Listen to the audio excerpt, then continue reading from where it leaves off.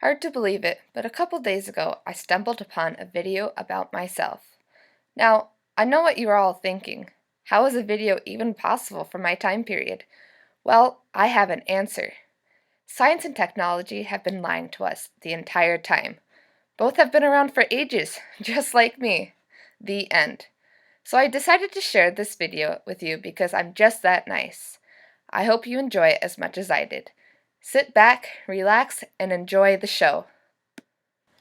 Hi, my name is Samuel Longhorn Clemens. I bet I tricked you there. It's true, my real name is Samuel, but my pen name is Mark Twain. Actually, that's the pen name I am most known for. I had other pen names too, including Josh and Thomas Jefferson Snodgrass. I bet you didn't know that. I was the sixth child in my family. I was born on November 30th, 1835, in Florida, Missouri. That was the same year as Halley's Comet. In fact, I was born on the same day that the comet was first visible that year. My father was John Marshall Clemens.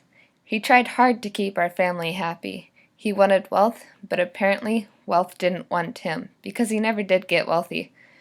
My father never really seemed to be happy. However, my mother, Jane Lambton Clemens, was a loving person. She told me and my siblings many entertaining stories. I might have gotten some of my storytelling abilities from her. Bad times came upon my family in 1847.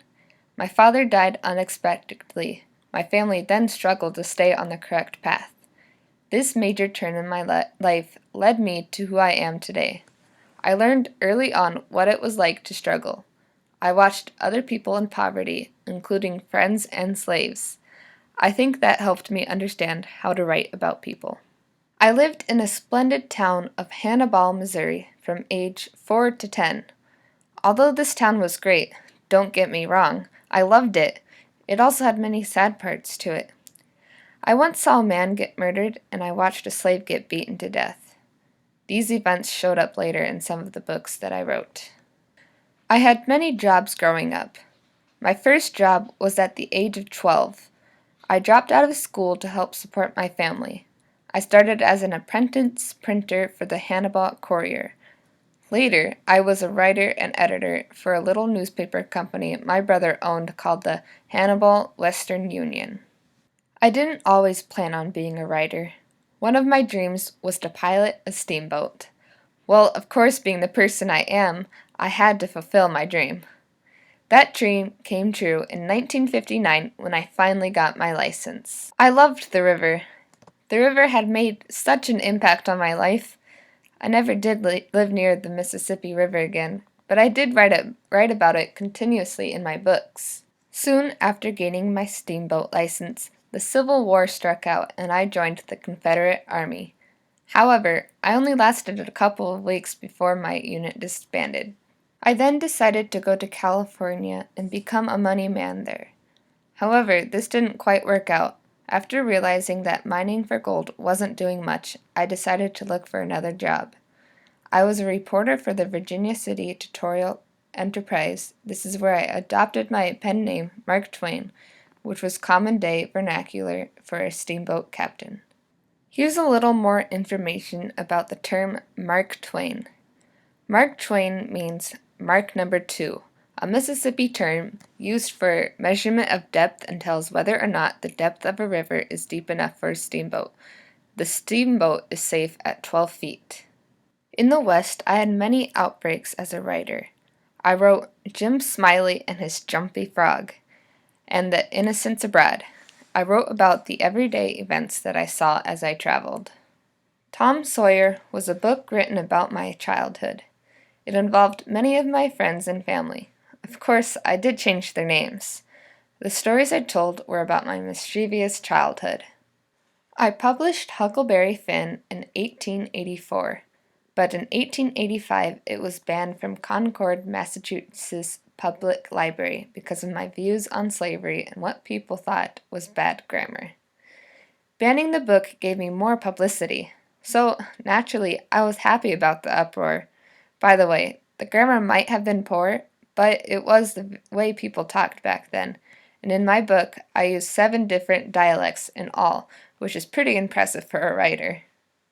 Some of my other more famous works include Life on the Mississippi, The Prince and the Pauper, A Connecticut Yankee in King Arthur's Court, and the celebrated Jumping Frog of Calaveras County. I married Olivia Langdon in 1870, and we had 4 children. Langdon Clemens was our first child. He was born premature. Langdon died at 19 months. Olivia Susan was our second child. She was her own personality with a funny and witty characteristic. We honored her even more than the other children after Langdon died. My second daughter was Clara Langdon Clemens. She was the adventurous child. She traveled the world with me and my wife. My youngest daughter is Jane Langdon Clemens. Jane was not spoken about as much as my other children were, but I can say she loved the outdoors. As I had mentioned earlier, Halley's Comet was seen on the day I was born. I had once said I came in with Halley's Comet in 1835. It is coming again next year, and I expect to go out with it. And that's exactly what I did.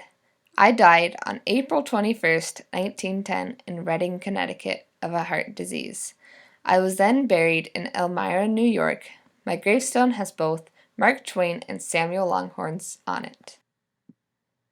Well, that's the end of the video. I hope you enjoyed it. Now, before we go, I would like to share with you one of my writings. A Connecticut Yankee in King Arthur's Court is about a man's adventure during the Knights of the Round Table. That's what the book looks like. Chapter 6, The Eclipse. In the stillness and the darkness, realization soon became to supplement knowledge. The mere knowledge of a fact is pale, but when you come to realize your fact, it takes on color. It is all the difference between hearing of a man being stabbed to the heart and seeing it done. In the stillness and the darkness, the knowledge that I was in deadly danger took itself into deeper and deeper meaning all the time. A something which was realization crept inch by inch through my veins and turned me cold. But it is as blessed provision of nature that at times like these, as soon as a man's mercury has got down to a certain point, there comes a revulsion, and he rallies. Hope springs up, and cheerfulness along with it, and then he is in good shape to do something for himself, if anything can be done. With my rally it came with a bound. I said to myself that my eclipse would be sure to save me, and make me the greatest man in the kingdom, besides, and straightway my mercury went up to the top of the tube, and my solitudes all vanished. I was as happy as man as there was in the world. I was even impatient for tomorrow to come. I so wanted to gather in the great triumph and be the center of all the nation's wonder and reverence. Besides, in a business way, it would be the making of me. I knew that.